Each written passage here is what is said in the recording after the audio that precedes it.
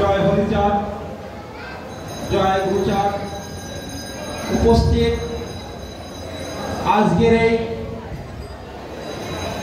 মুক্তির মহানায়ক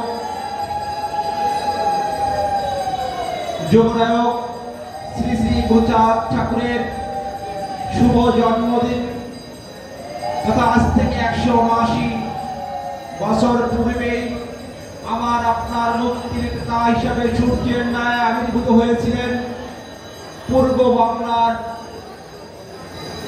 উন্নত সমাজের মুক্তির জন্য বাবা হরিচাঁদ গুরুচাঁদ ঠাকুর। আমি তার এই শুভক্ষণে শুভ জন্মদিনে দেশবাসী সহ আজকের এই মহামঞ্চে উপবিষ্ট সম্মানিত গুরুজন এবং ঠাকুরের প্রাণপ্রিয় ভক্তবৃন্দ, আপনাদেরকে সকলের জাতুর চরণাকি ভক্তিযুক্ত পরিবার অভিনন্দন, শুভেচ্ছা, স্বাগত। আমি আপনাদেরকে খুব অল্প সময়ের মাঝেই একটি স্লোগানের মাধ্যমে আমার বক্তব্য শেষ করব।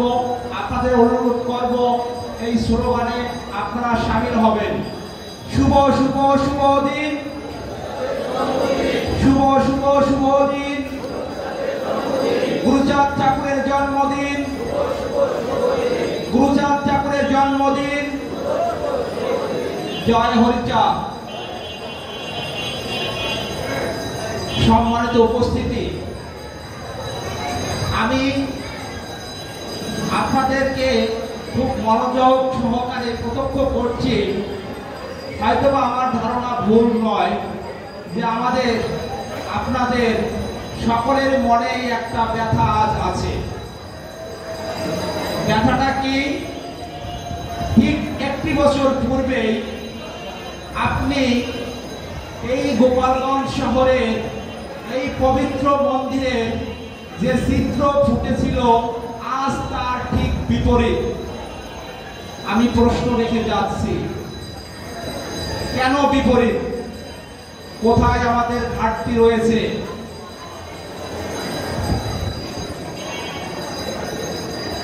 আজ আপনাদের সম্মুখে উপস্থিত আছেন গুরুচাঁদ ঠাকুরের সেই সোনার ফসলের ফসল, কিন্তু একটি ফসল আমাদের এখনো ঘরে তুলতে বাকি আছে, যার ফলশ্রুতিতে আজ আমাদের বিবর্ণ চিত্র ফুটে উঠছে দেশের এবং বহির্বিশ্বের কাছে আমাদের মতুয়া সমাজ কত ক্ষয়িষ্ণু। এখানে অনেক মতুয়া চিন্তক, বিদগ্ধ আলোচক মতুয়াদের সুন্দর সুন্দর তত্ত্ব দর্শন কথা আলোচনা করেছেন। আমার মনে হয় শুধু একটি দর্শনই বাকি রয়েছে, সেই রাজনৈতিক দর্শন। যদি আমরা সেই রাজনৈতিক সোনার ফসল ফলাতে পারতাম তার রাজনৈতিক প্রেক্ষাপটে, আজকের এই প্রেক্ষাপট ভিন্ন হলেও হতে পারত।